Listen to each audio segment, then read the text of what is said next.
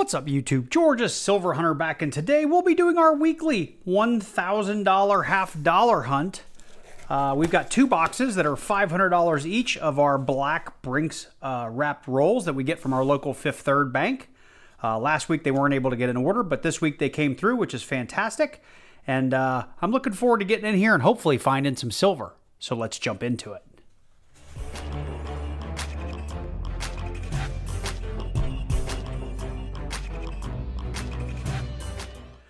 All right, well, I'm going to go ahead and get a couple, maybe 5 or 10 rolls open here on camera in case we find a little silver early in this hunt. And while we do that, I'll go over why we do this for the new folks to the channel. So we are hunting for silver in bank-wrapped money, right? So I've gone to the bank and bought a box of half dollars. I get the question in the comments all the time, like, where do I buy these rolls? Where do I get this stuff? The answer is really simple. I get it from the bank. There's no other place to buy rolls of half dollars. So we're going through here, hopefully finding silver, and silver is your 1965 to 1970, as well as 1964 and earlier is also silver. Now 64 and earlier is going to be 90% silver, and that's worth about 10 bucks a coin right now, give or take 8 to 10, maybe as high as $11 a coin. Our 65 to 70s, they're only worth, I don't know, $3.50 a coin, give or take, right? Because they're only 40% silver. We're also looking for a couple of things like the 1987 NIFC, as well as NIFCs that started in 2002 and run to 2020. Now, I've got a lot of super shiny ones in here that are 2021s. Now, Redbook will still call these not intended for circulation coins, but they were released en masse from the mint to the bank. So while they are at the mintage of an NIFC, they're really, really easy to find. As you can see, I've gone through probably 10 of them in these first 5 rolls. So most coin roll hunters don't hang on to them, but you are welcome to because they are low mintage. That said, I do have a document in the description down below that has all the things that we'll be looking for, from our mint errors to proofs to silver. And it covers every denomination that I hunt on the channel, including the recent addition of dollar coins. So make sure you check that out. I also have down in the description the common equipment that I use for my coin roll hunts, as well as my affiliate link to APMEX. So if you're in the market to purchase some silver, please do consider using my Amazon affiliate link. It's down there as well. Well, I'm on roll number, 8? And so far, we haven't seen any silver. Just judging from the edges. Lots and lots of clad, but no silver.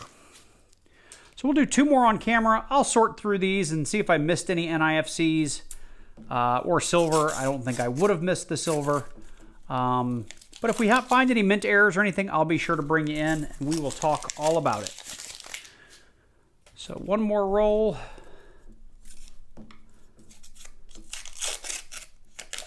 Lots of 21s. All right. Well, let me get through these, and then I'll bring you in at our next find, but it may be deeper in because I'll do the rest off camera until we find something interesting. So we just got into roll number 12, and I don't even have the paper pulled all the way back. Just for those of you that think these aren't sealed rolls, there you go, both ends. Not enough room to get a coin in and out of there. We have some 40% silver right here in roll number 12. All right, paper. You're killing me. There we go. We got ourselves a 1966 Philadelphia. Pretty cool. 40% silver on the hunt, and I didn't find any NIFCs, nothing in those first 10 rolls. So I'll take silver all day long. 1 for the board. Getting into roll number 19, and we have more silver in the roll. Dead center, it looks like. Well, not that there's dead center of 20 coins, but looks like coin number 10 of 20. See what we got. We've got another 1966. Makes 2 on the hunt. We are up here now on roll, I think that is 32, and we've got another roll with the paper just partially opened here because we've got more silver. And it does look like it's 40% because you can kind of see that clad line mixed in with the silver line. when they're 90%, they look just a little bit more solid gray or silver, as the case may be. But we've got another 1966. So 3 of them on the box. So bringing you in, very next roll, got the paper back, and we've got more silver. This is a more common color, this kind of yellowy, greeny color for 40%. That last one definitely had a little bit more silver tone to it. And we've got another 1966, making it 4. So we're getting into roll 44, and we might have a double here. I don't have enough of the paper off to see, but that looks awfully gray. That is definitely a 40%er. I wonder if we're going to get 2 more 66s since we've just been through 4 of those. Let's see if we can get my... That's just discolored. That's just clad. So we got one. We got one. Let's see. Come on, paper. All right, this time we got ourselves a 1968. It looks like a Denver. It actually looked like a Philly. We got a little speck there. But I think 68 was only done with a Denver mint mark. So that is 5 40%ers on the box. It's not terribly exciting, but I was going back through those last rolls, 41 through 45, and we finally did come across an NIFC outside of the 2021s, which I don't consider to be NIFCs, but we did get a 2009 Denver. Well, we've made it to the end of the box, and it wasn't a bad one. We ended up with 4 1966s and that one 1968 Denver. I did bring in for the 2009 in roll 50. I did get a 2015 Denver. I didn't bring it in because it was roll 50 and it was near the very end, so I figured I'd save it for the wrap up. But honestly, this is a great box. 5 40% silvers in a single box is fantastic these days. There's a lot of skunk boxes out there, so anytime you can get a little 40%, it's a win. So what we're going to do is we're going to put this aside and we're going to go ahead and get into box number 2 and see if we can add something to this.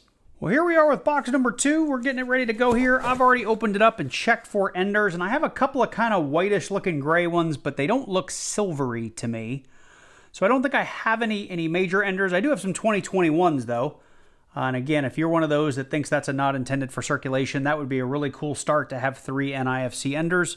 But not that cool to me because we just get so many of them. But anyway, let's go ahead and jump into maybe the first 5 rolls together and see how we do. Look at that. And roll number 1. We've already got silver. This could end up being a great, great box. Right here. There's no way that's a faker, is it? Now, a faker is 71s and 74s can sometimes come out looking silver, and you always want to check those because there were mint errors. I think it was on the 71D and 74D on a 40% planchet. So if you ever get one of those that has this gray edge, make sure you put it on the scale because a 40% weighs just a little bit more, like 11.5 grams, I think, instead of 11.3. But we've got ourselves another 1966 in roll number 1. That is a great start. Let's see if that continues here into roll number 2.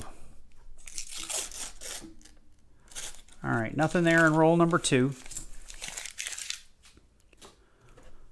We'll just do 5 this time just to keep the length of the video down. Got one kind of gray one in there. I don't think it's going to be silver though. No, that's just a 71. All right, here we go. Roll number 4.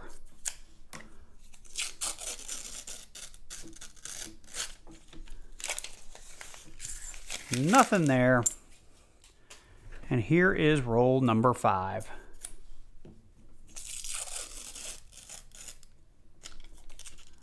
Looked like it wanted to be silver. We've got a really dark one in here, and sometimes silver can get a little green on you or look a little dark, especially in dimes, so you definitely want to check those. We'll take a look at it here together. And it's just a 1997, so no silver there. All right, I'm going to get through these, and we'll get into the next set of rolls, and we'll bring you in next time we find something. So we're on roll 20, and I'm actually getting through the roll. I was 5 from the bottom, and I found myself a 1971D that is actually in fantastic shape. Well, at least the front is in fantastic shape. The back looks pretty bad. I believe, I don't know what FS number it is, but I believe this is going to be a double die obverse. And I'll put up some pictures from Variety Vista to go with this, and it's kind of minor.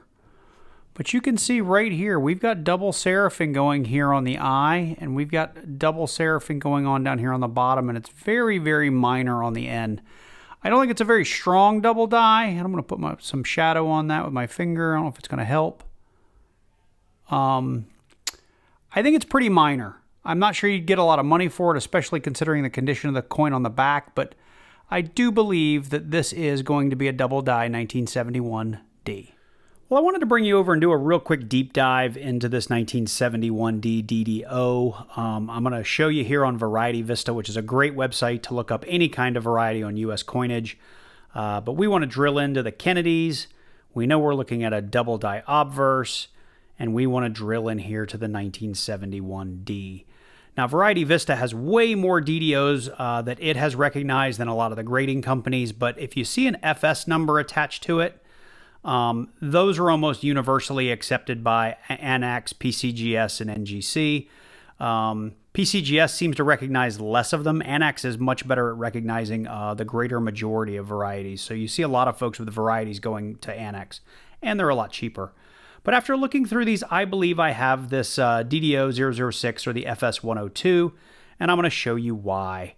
So it explains why up here, we have strong spread and in God we trust, the date and liberty, with 4 serifs on lower I of N.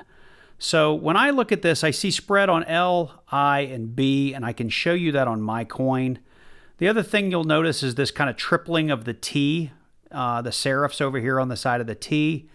And then, as it said in the description, you kind of have 4 serifs here on the I, right? So we have 1, 2, 3, and 4, and down here 1, 2, 3, and 4, and a little bit of double serif here on the N. The rest of it, it's just got some spread. It's not huge doubling anywhere, and just seeing spread is tough, especially if you're new. I still struggle with it, knowing like what is the right width versus a more spread doubled width. So let's take a look here at my coin. This is my scope live here. So it's my 71D. I think the coin looks fantastic even here under a tremendous amount of magnification. But you can see here very clearly I've got a serif there, a bottom of an eye there, and a bit of an eye there. And even on the end, we have sort of a stem down here, and you see serifs there and there. And we also have the doubling here and here at the top of the eye.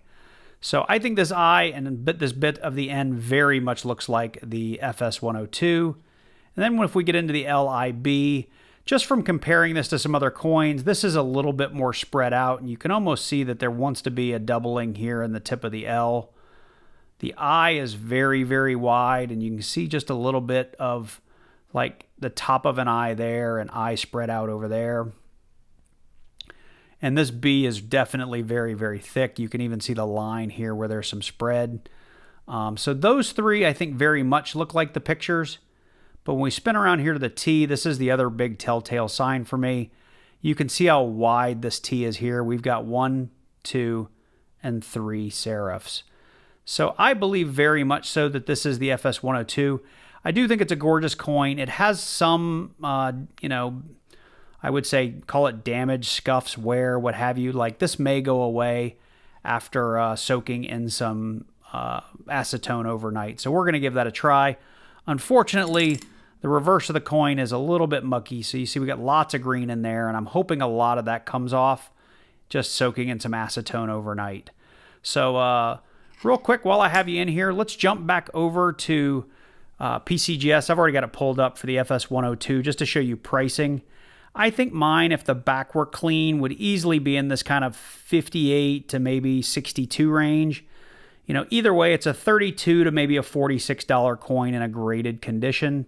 Of course, you'd spend about $30 with ANAX, $28 with ANAX getting it graded. So that would eat a lot into your profit. And these are prices assuming PCGS graded it. So I don't think I would be able to sell it for this high, but this is sort of the quote unquote book price. So not bad. And if you could get something like $30 or $40 for it, it's obviously worth way more than a 90% silver or a 40% silver. So let's get back under the camera, give you one last look at this coin, and then we'll get back to the hunt. So you can see here, I've already done a little bit of a soak with this in some acetone, and the front of this coin just looks fantastic. And that's why I say, you know, just judging by the fields in it, you know, the sheen that's still on it, I think this definitely high AU to maybe even low mint state, maybe even mid mint state based on the front. Unfortunately, the reverse just doesn't look as clean. So, like I said, I'm going to put this in some acetone and hopefully get this cleaned up and make this a really nice looking coin that somebody may want to buy. We just ripped into roll number 24, and this one, it was hiding underneath the wrap. I didn't see it till I pushed. You can see how that was kind of up. I didn't see it till I pushed that down, but we've got another 40%er hiding here on the end. Let's check the other side real quick. No, nothing over there. We've got another 40%er. Let me get those out of the way.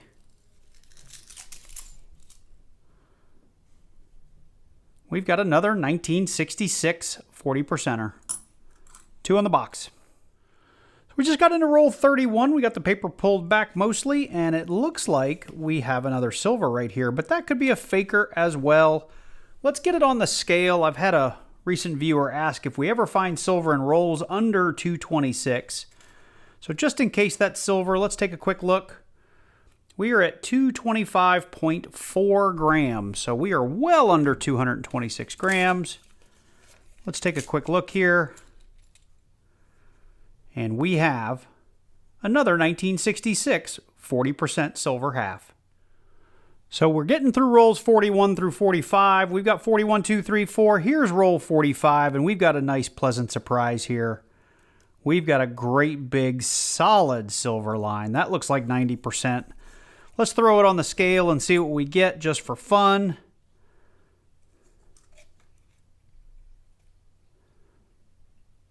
All right, yeah, we're 227.0. We're at least a 90% in there. Maybe there's some more hiding because I don't have all the paper pulled off yet, but let's see if we can just get this one to begin with. That is going to be probably a 64, just looking at the reading. 1964 is going to be 90% silver. Look at that.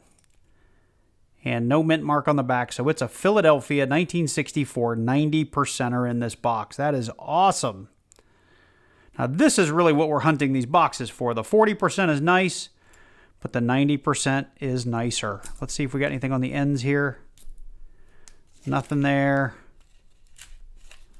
Nothing there. So that was just a nice hunk of 90% silver. Now, if you're somebody who does weigh rolls, I don't weigh them all the time, but typically once you get over like 226.3 or 4, usually you're looking at a 90%er in there. To be at 227, this is a heavy roll. That was a heavy roll to begin with. Anyway, super excited to have that 90%. So far we got 3 40s. I've pulled a couple of NIFCs, or 2 that we haven't talked about. I've got that DDO, or at least I think it's a DDO, and there's box 1 over there. And we'll recap it all in the end with a value on the silver. But let me clean these rolls up, and hopefully we find a little silver in these last 5. So we have reached the end of the hunt. There was nothing in these last 5 rolls, but I did want to bring you in for a quick wrap-up and go through what we found. So this 1964 90% takes the cake. We love finding 90% silver in our boxes. This is really why I hunt, because I want to find this stuff at face value. I'll put up a total melt value of the silver on the screen when I get done going through the recap. But keep in mind, premiums are still alive and well, so you'd get more than the price tag that I'm showing you on screen. But we had that 64 Philly. We did have 1, 2, 3 1966s in this box. 40% silver on those. And I did have 2 2009 NIFCs that I don't think I brought you in for either one, if I recall. But they came up kind of about halfway through the box. They were a couple of rolls apart, if I recall, something like that. But nothing super special for us. Those will get tossed back to the bank. But if you're somebody making books, worth finding those and hanging on to them. Bringing you in for box number 1, just to do the recap there, we had 1, 2, 3, 4 1966 40%ers, and we did have 1 1968 Denver, as well as 2 NIFCs. We had a 2009D and a 2015D. So, as I said a little bit earlier, I will put these up on the screen. Oh, wait, I forgot the 71D is soaking in acetone, as I showed you earlier in the video. I want to get that cleaned up. And for those of you that say don't clean your coins, it's acetone, so it's not going to damage the surface of the coin. It hopefully will just eat away at that green stuff that's on there. So shouldn't reduce the value at all by just leaving it in some acetone overnight. So I had the value pulled up so I could read it off to you, and now I've lost it, so give me a second. The CoinApp's price today, and I'll put the graphic on screen, is $37.21 based on today's spot price. Again, with premiums, that could go up by, a couple, $2 or $3 or $4 because 40% silver doesn't carry quite the premium that 90% does. This one coin alone might have, 50 cents or $1 or $2 premium on it, whereas these may only have 10 or 15 or 20 or 30 cents premium. So keep that in mind. It's worth more than $37.21, but in silver, that's what you could easily ask for and get more. So with that, I hope you enjoyed this one. I know I did. Anytime we find silver, especially in back-to-back boxes, especially when you find multiple silvers in back-to-back boxes, and especially when you find 90% silver, it is just a great, fun hunt. So with that, I hope you enjoyed it as well. If you did, let me know by dropping down below and clicking on that like button. While you're down there, leave me a comment. Let me know what you think. Did you like it? Did you not like it? And if you didn't like it, give me a good reason why so I can take your feedback and grow. Don't just say, you talk too much or it's too long. Or, that's not helpful, right? What did I talk too much about? Because some people like all the talking, right? So I just need your honest feedback. If it's your first time to the channel and you like coin roll hunts, I have lots of them. So make sure you check out my channel and catch up on all my old stuff. I will have some playlists that pop up here at the end of the video. But make sure you do drop down below and click on that subscribe button. And then click on that little bell and select all so you get notified each and every time I release a new video. I would like to give a special shout out to my channel members. Thank you guys for supporting me month after month. I really appreciate it. And for those of you that have been asking when is my next dollar hunt, I did get a box of dollars this week. So I'll be working on that hopefully over the weekend. And that may come out Sunday, Monday next week. So looking forward to doing my second dollar hunt of all time. So should be a lot of fun. You guys take care, and I look forward to seeing you in the next one.